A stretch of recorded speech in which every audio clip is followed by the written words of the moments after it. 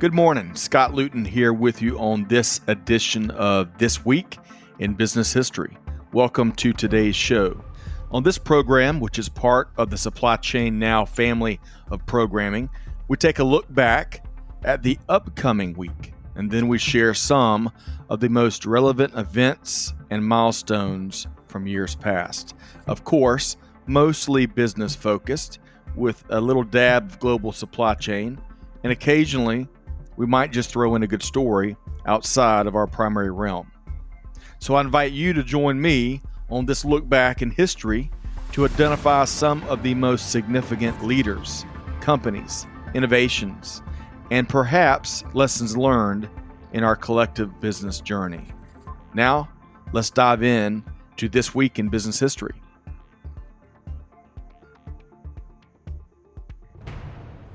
Hello, and thanks for joining us.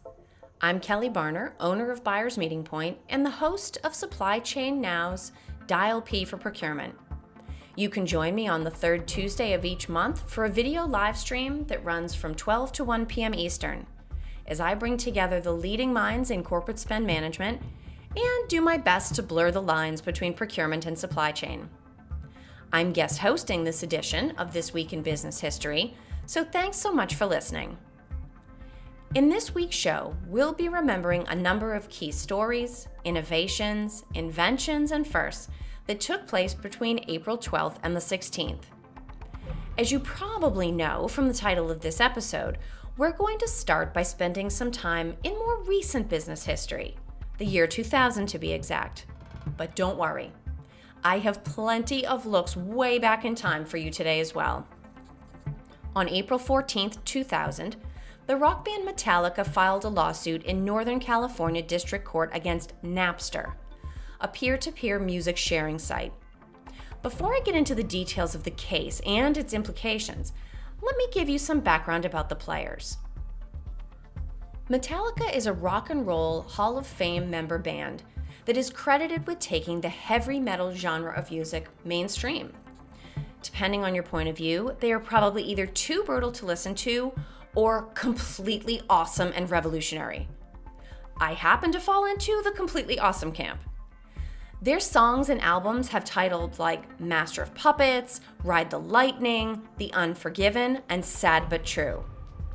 Music is always a matter of taste, so Metallica may not be your cup of tea.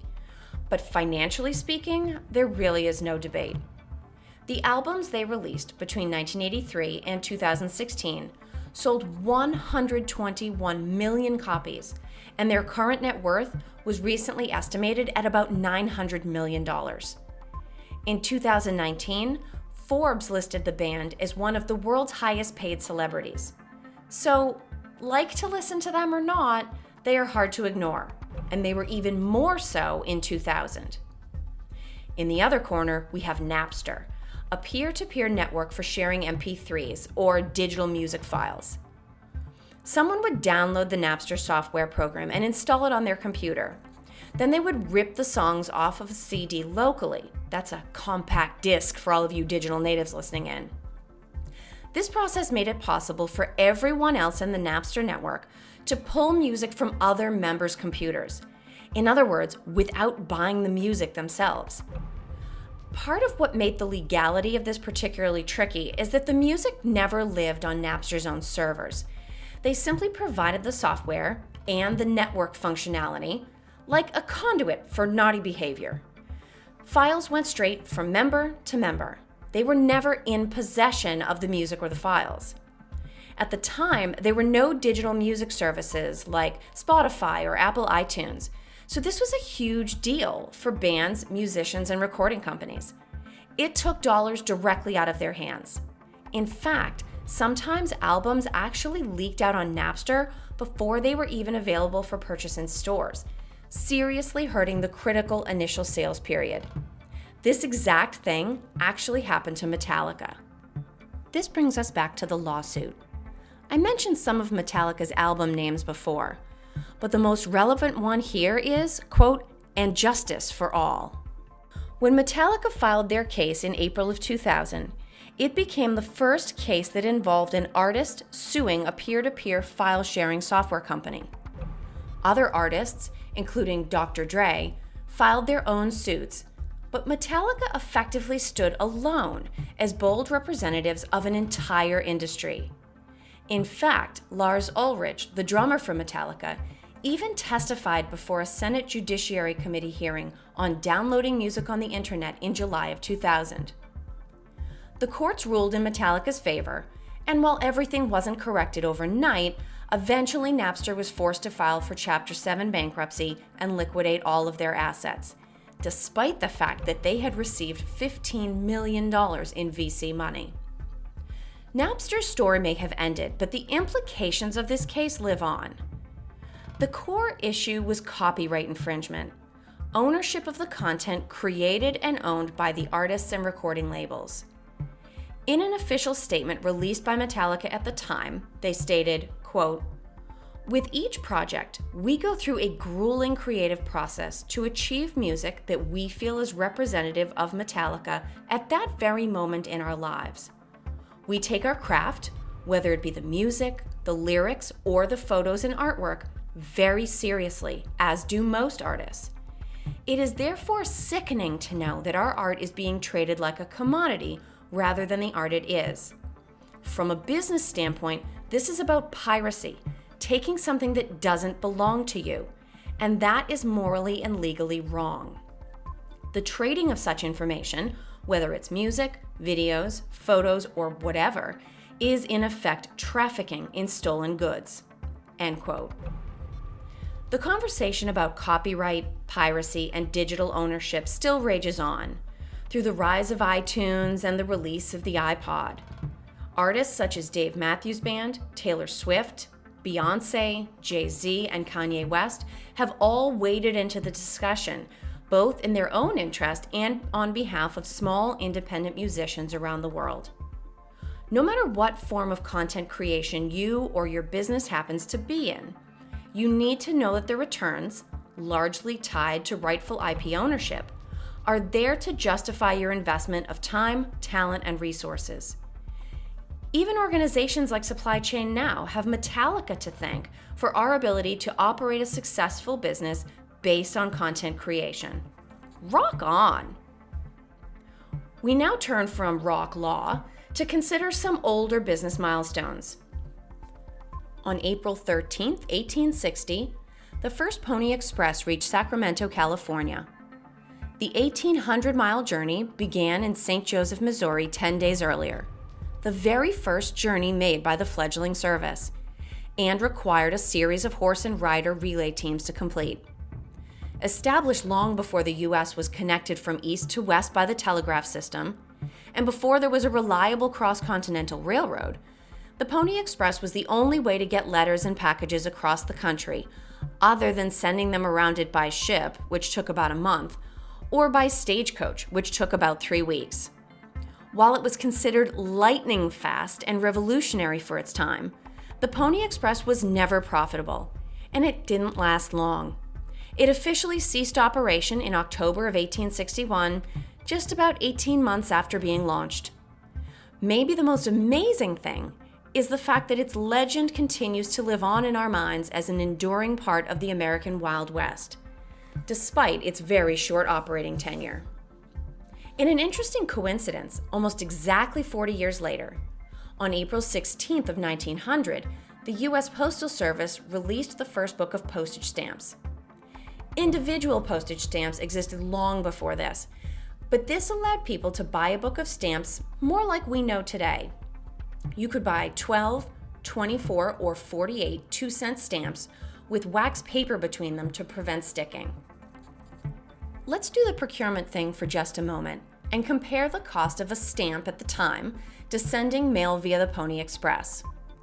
When the Express first started, it cost $5 for every half ounce of mail, equal to about $130 today. Prices were later reduced to just $1, but they still remained too high for regular people to make use of the service. When you compare that cost to 2-cent stamp prices, it becomes pretty clear that the Pony Express had a cost problem. And that is why they went quickly from launch to history. In my final pair of stories for the week, I want to share a couple of Titanic business history milestones. The first story is literally the Titanic, the RMS Titanic.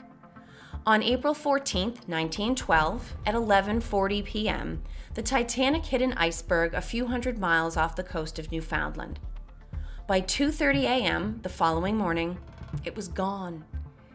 The exact number of deaths has never been pinned down, but it is estimated to be between 1,490 and 1,635 people lost. In the aftermath, the White Star Line, which owned and operated the Titanic, and its parent company, the International Mercantile Marine Company, were not found liable. But that doesn't mean there weren't changes made to maritime law as a result. The International Ice Patrol was formed to monitor iceberg danger in the North Atlantic and warn ships about the size and location of moving icebergs. It conducts reconnaissance flights and produces charts for use by vessels to this day. Today's ocean shipping lanes still benefit from this patrol, and no ship that has heeded the Ice Patrol's warnings has struck an iceberg in the North Atlantic. Pardon me while I knock on wood. Moving on to another Titanic, this one a Titanic business, McDonald's. On April 15, 1955, Ray Kroc opened the first McDonald's Inc. restaurant in Des Plaines, Illinois. It also happened to be the first McDonald's of any kind east of the Mississippi River. Now I say of any kind because of course the McDonald brothers opened the first McDonald's in San Bernardino, California in 1940. Ray Kroc joined the company as a franchisee and eventually bought the brothers out, famously paying them $2.7 million, so they would each still be a millionaire even after paying their taxes. Ironically, there was a misunderstanding in the sale agreement. Ray Kroc thought he had purchased all of the existing McDonald's locations, including the original in San Bernardino. Kroc was furious when he realized what happened and that the brothers would be retaining that original location. And he retaliated by exercising his ownership of the brothers' own name and made them rename the San Bernardino location the Big M. Then he opened a McDonald's just one block away and swiftly put them out of business. Makes you wonder what he might have thought of Metallica's use of the court system to protect their music rights through Napster. Something tells me he also would have been on Metallica's side in that fight. Well, that just about wraps up this edition of This Week in Business History. Big thanks to you for tuning into the show each week. Don't forget to check out the wide variety of industry thought leadership available at supplychainnow.com. And as a friendly reminder, you can find This Week in Business History wherever you get your podcast from. And be sure to tell us what you think. We would love to earn your review. On behalf of the entire team here at This Week in Business History and Supply Chain Now, this is Kelly Barner wishing all of our listeners nothing but the best. On that note, we'll see you next time here on This Week in Business History.